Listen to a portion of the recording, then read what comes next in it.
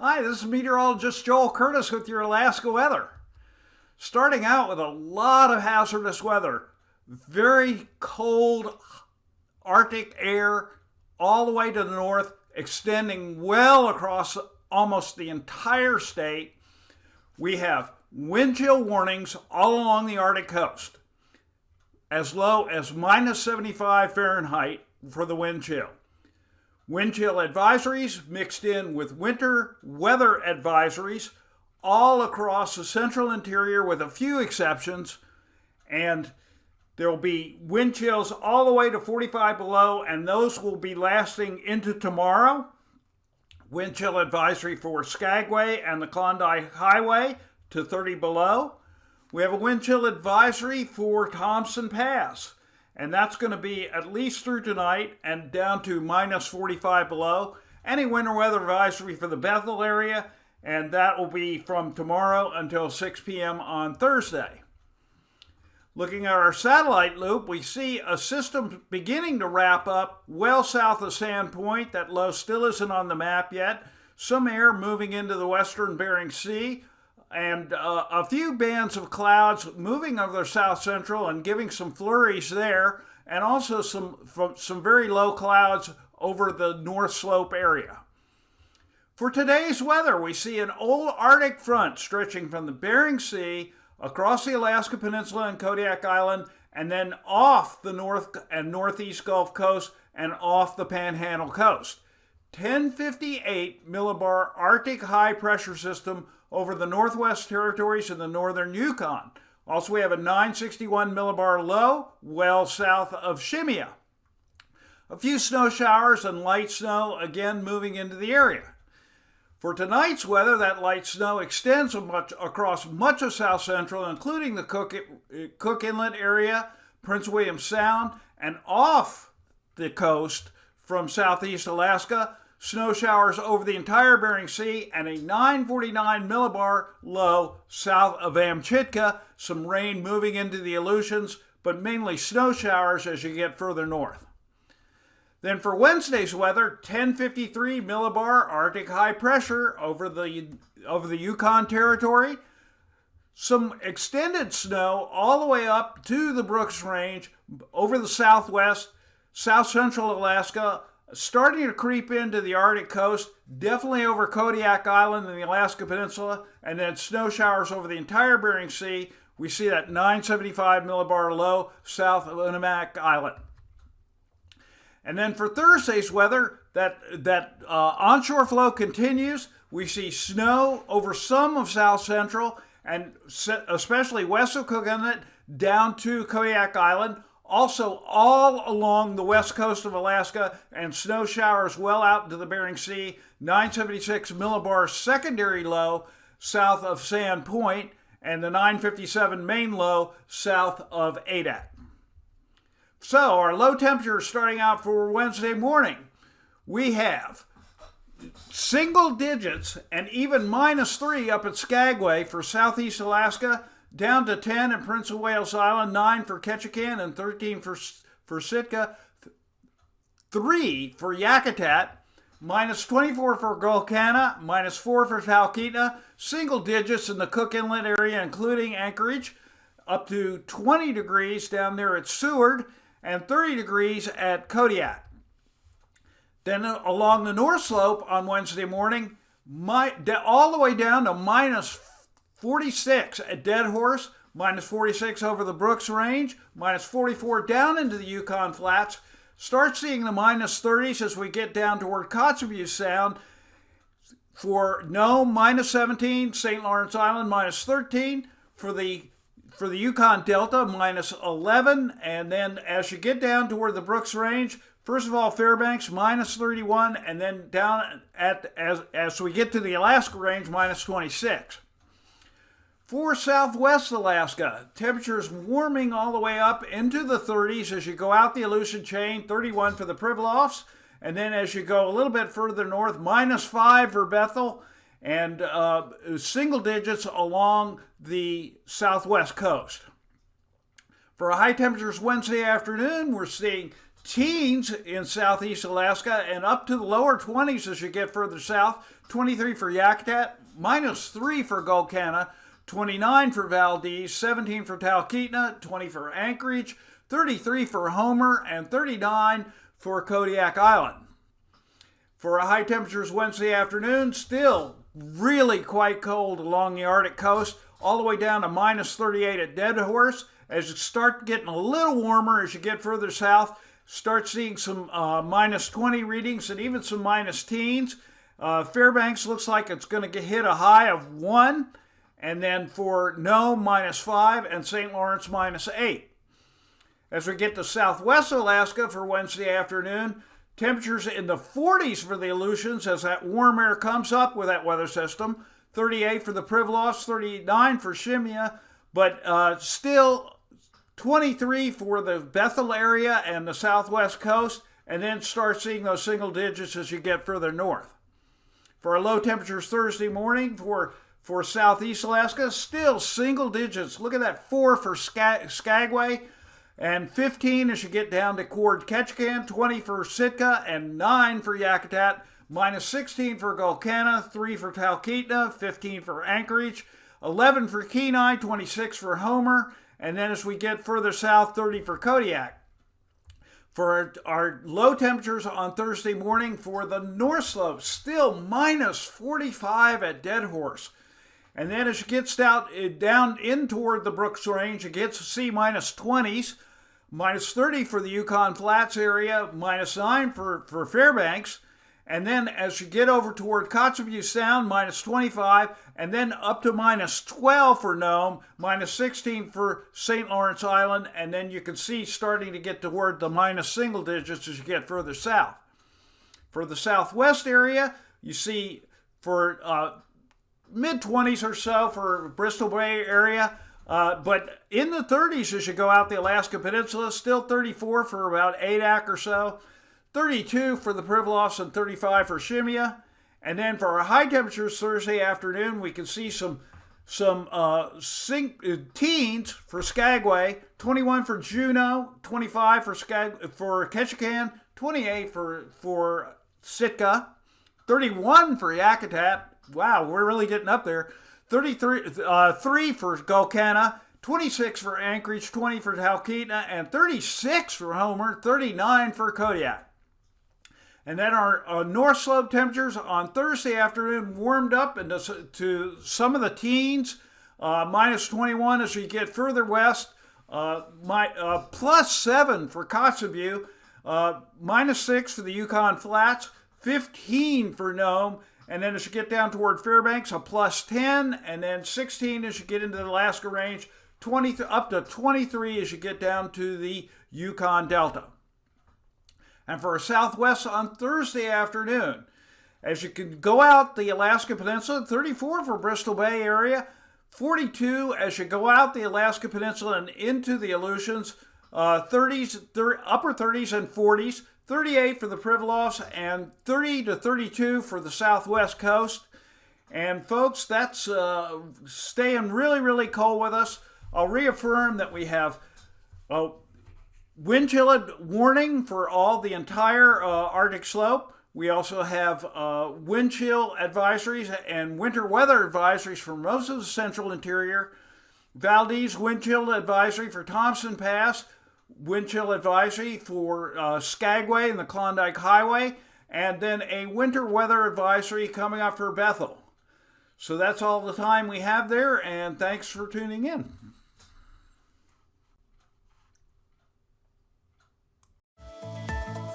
And now, aviation weather around Alaska. And now for our aviation weather. Starting out with Wednesday morning, we've got extensive areas of IFR in the Bering Sea and the Aleutians coming on up to the Alaska Peninsula. Also some in through southwestern Alaska to Cook Inlet area and for the western side of Prince William Sound. By Wednesday afternoon, that area of IFR is still along the southwestern portion of the state, including Nunivak Island and the Pribilofs, also up to the southern end of Kodiak Island, also for the Aleutians, and then hanging in along the west side of Cook Inlet and also the west side of Prince William Sound. For Thursday morning, the IFR is creeping up along the west coast, including some areas of marginal VFR. Southwest Alaska is not quite as bad as it was, but the Alaska Peninsula and the eastern Aleutians still have quite a bit of IFR, also the southern part of Kodiak Island. Some marginal VFR are working its way up into south central. And then for Thursday afternoon, IFR much along the west coast into southwest Alaska, all of the Bering Sea, Alaska Peninsula, and also a good portion of Kodiak Island. For our past conditions on Wednesday, Anaktuvik VFR, Adigan VFR, Lake Clark and Merrill both IFR, Rainy Pass IFR, Windy Pass IFR, Isabel Pass, marginal VFR. Mentasta Pass, VFR. Tanita Pass, IFR, and improving a bit to marginal VFR. Portage Pass, IFR, becoming marginal VFR, and expect turbulence in the morning. And for Chilkoot and White Pass, both VFR, but it looks like a pretty good setup for turbulence. For our freezing levels on Wednesday morning, at the surface for most of the state in this Arctic air. However, you can see a 2,000-foot freezing level over some of the Alaska Peninsula and touching into the southern part of Kodiak Island and also into the central and western Aleutians.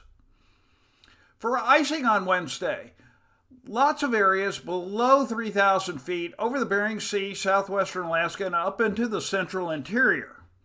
We do have one area of considerable moderate between 3,000 and 8,000 feet in the Cordova area and also the eastern part of Prince William Sound.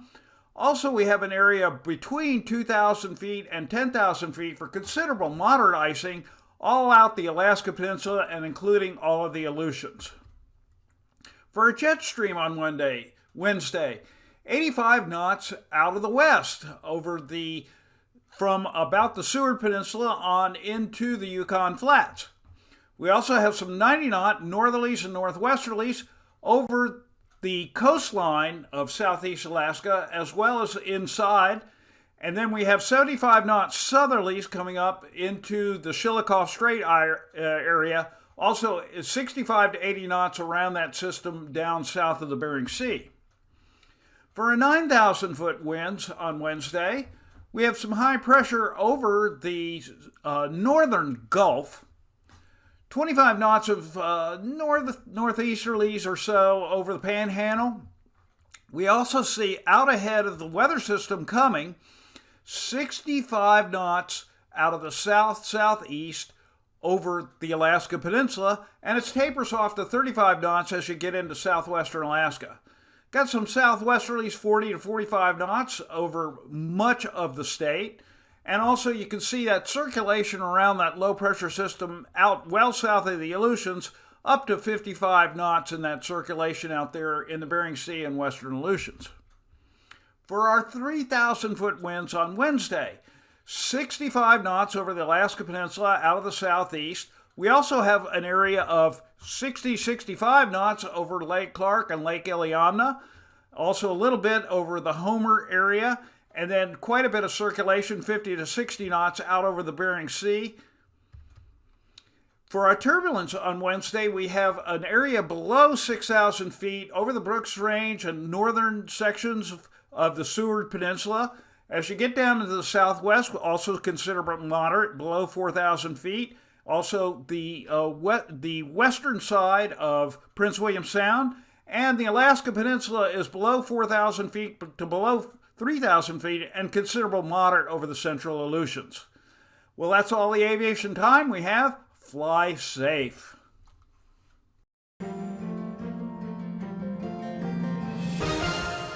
Hello again, I'm meteorologist Dave Snyder with the National Weather Service for another edition of Alaska Weather Facts. And joining us again, talking about the Augmented Reality Sandbox, is Eric Stevens from GINA, the Geographic Information Network of Alaska. And he's actually talking about a project from AKwx, which is the experimental program to stimulate competitive research. A lot of acronyms, but some really fun stuff today, right, Eric? You bet. We've got a learning tool that is a tool that's fun to use, and it really has a relevance to actually daily lives of anyone who goes outside and sees lumpy topography in Alaska. We've got a lot of mountains and such.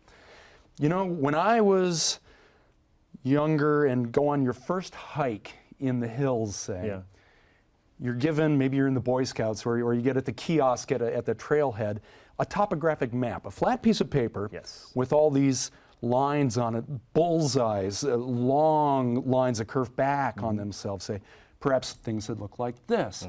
A quadrangle or a topographic map. We've got here just to illustrate a couple of examples near Denali. Alaska has so much topography, so many mountains.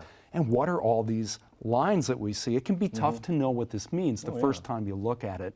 What we've got, all these lines represent lines of where the elevation of the topography goes through a certain level above sea level. Say that this line represents where the mountains have gone from below 1,000 feet, mean sea level, up through 1,000 feet and above. That's your 1,000-foot contour. And when the mountain keeps going up, you're up to 1,200 feet, 1,400 feet, and so on. And that's how you get this little bullseye around the peak of a mountain. Kind of makes layered slices, right? Kind of like layered slices. Nice way to look at that. And when you see the lines are closer together, you're going up more steeply. If the mountain rises more slowly, it takes you longer in horizontal space to go through those different vertical increments. So that is really hard to visualize. Right. Imagine you're looking at a 2D piece of paper, two-dimensional piece of paper, but you're trying to understand what the three-dimensional world looks like. Well, enter the augmented reality sandbox. Yes, what is that? It is right here. We have the sandbox with us today, Sandbox 2.0, portable version. Sweet. Built up at University of Alaska Fairbanks.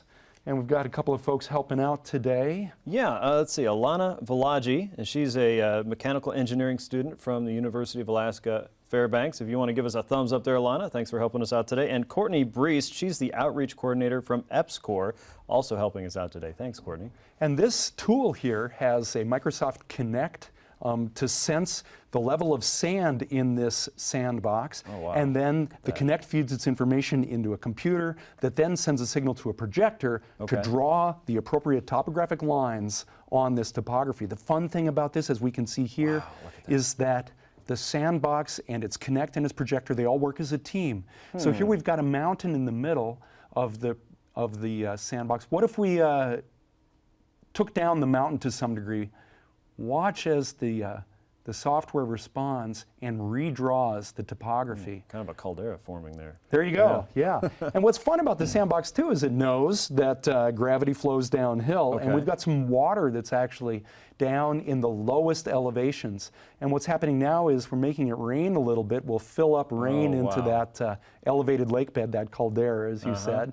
And so now water is pooled up there. And what if you gouged out an outlet channel? Glacial dam release. There you go. The water flows out. What we're seeing here is a tool that allows people to touch and connect, Microsoft Connect, RRR, to connect two-dimensional topographic maps like what we have here, these flat things on a piece of paper, to the real three-dimensional world. I think this Sandbox's real particular application as a learning tool to young people is, what does a two-dimensional map mean when it's trying to represent the three-dimensional world? This sandbox is kind of both at once. It's actually three-dimensional, lumpy topography there, the sand, but it's got these lines drawn on the three-dimensional sand that would be on a two-dimensional piece of paper.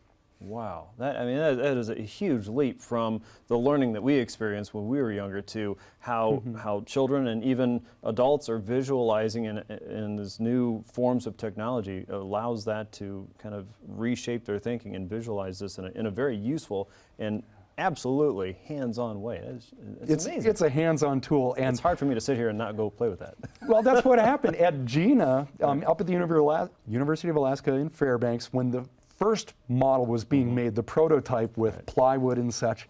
We had professional adult professor types had heard about this, and they came by because they wanted to see how it worked. Okay. And everyone becomes that idealistic, wonder-filled youngster. Sure. And you just can't help but play with that, and to see how it reacts in time, and Right. it's a dynamic learning tool, and it Dynamic, responds.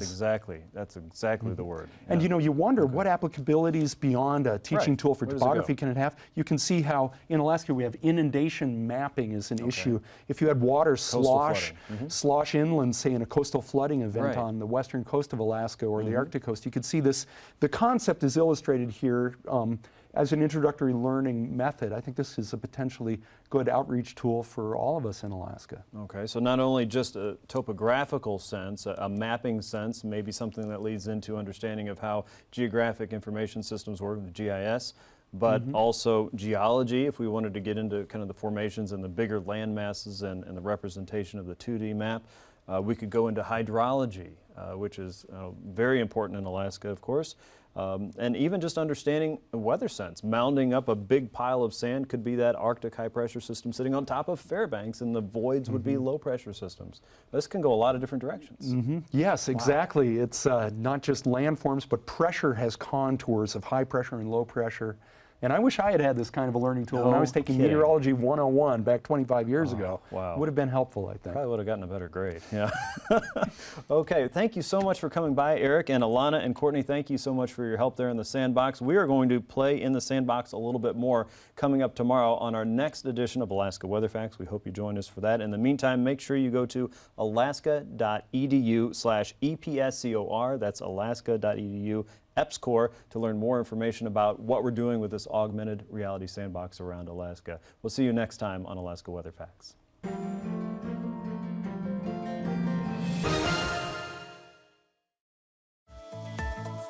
And now, marine weather around Alaska. Now for your marine forecast, starting out with today's sea ice edge. The ice hasn't moved very much far to the south lately. It's moving a little bit east toward the west due to some currents. Over the next 72 hours, they expect a stronger push from the north with the wind kicking in. For Wednesday's marine forecast for southeast, on the inside waters, 20 to 30 knots with gusts up to 45 knots in Lynn Canal, seas up to 6 feet, and don't forget that heavy freezing spray, especially in a lot of these inland waters, are blowing out of gaps in terrain. On the outside, 20 to 25 knots and seas ranging about 6 to 9 feet. For Thursday's forecast, again, northerlies gale force 35 in Lynn Canal, seas up to 7 feet there, down to about 20 knots as you get further south, and seas up to 4 feet. On the outside waters, 20 to 25 knots and seas all the way up to 10 feet. For south central forecasts, wind again circulating around that low. We do have 20 all the way up to 35 knots as you get further toward the southwest. Seas up to 11 feet. Prince William Sound, easterlies 20, seas 4 feet. And for Cook Inlet, heavy freezing spray, especially down by Augustine. Northeast wind up to 35 knots and seas 10 feet down there. For Thursday's marine forecast, circulation around the low pressure, well to the south though, 25 all the way up to 45 knots as you get over toward Kennedy Entrance, seas up to 24 feet. For Prince William Sound, easterlies 20, seas 3 feet. And for Cook Inlet, 20 all the way up to storm force 50 knots as you go through Kennedy Entrance, seas up to 15 feet down there. For Wednesday's marine forecast, Peninsula and Kodiak Island, 40 to 45 knots on the outside waters, 35 through Chillicothe Strait, seas up to 19 feet.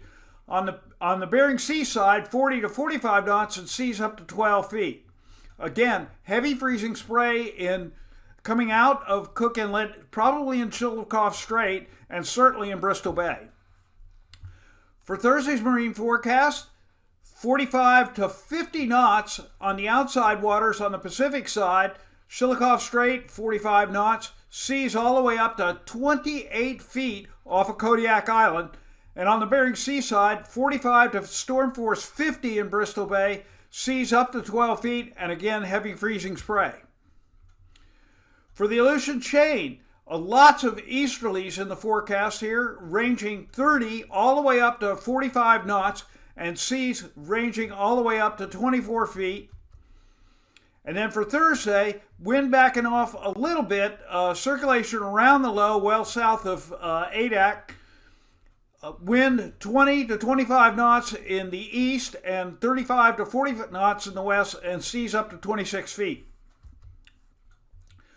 For the west coast, 25 all the way up to 45 knots south of St. Matthew, seas 18 feet, heavy freezing spray anywhere you got open water. And then on Thursday, all the way up to 50 knots south of St. Matthew Island, seas up to 20 feet down there with heavy freezing spray. 50-knot easterlies as across the ice south of the Kuskokwim Delta, and then up to 40 knots across the ice, 13-foot seas for the Pribilos. On Wednesday, we've got along the North Slope, 20 to 30 knots along all the way over to the Chukchi Sea, and then as you get down toward the Bering Strait, 25 to 30 knots out of the northeast down there. And you can see with all this wind, with these very, very cold temperatures, why there are so many wind chill warnings and advisories. And then for Thursday, we've got 5 to 10 knots all along the North Slope. That's really quite a drop, but 20 to all the way up to 40 knots as you come down through the Bering Strait. So just a quick review of tonight's weather. Old Arctic front from the Bering Sea on over to the Gulf of Alaska. 949 millibar low south of Shimia.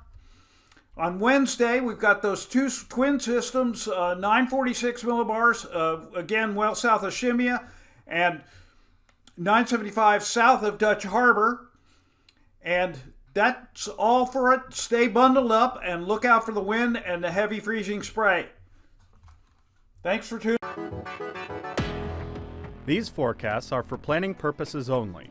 Call 1-800-WX-BRIEF for a formal pre-flight briefing. Always file a flight plan before you go flying. The U.S. Coast Guard Auxiliary urges you to leave a float plan with a friend or the harbor master before you go boating.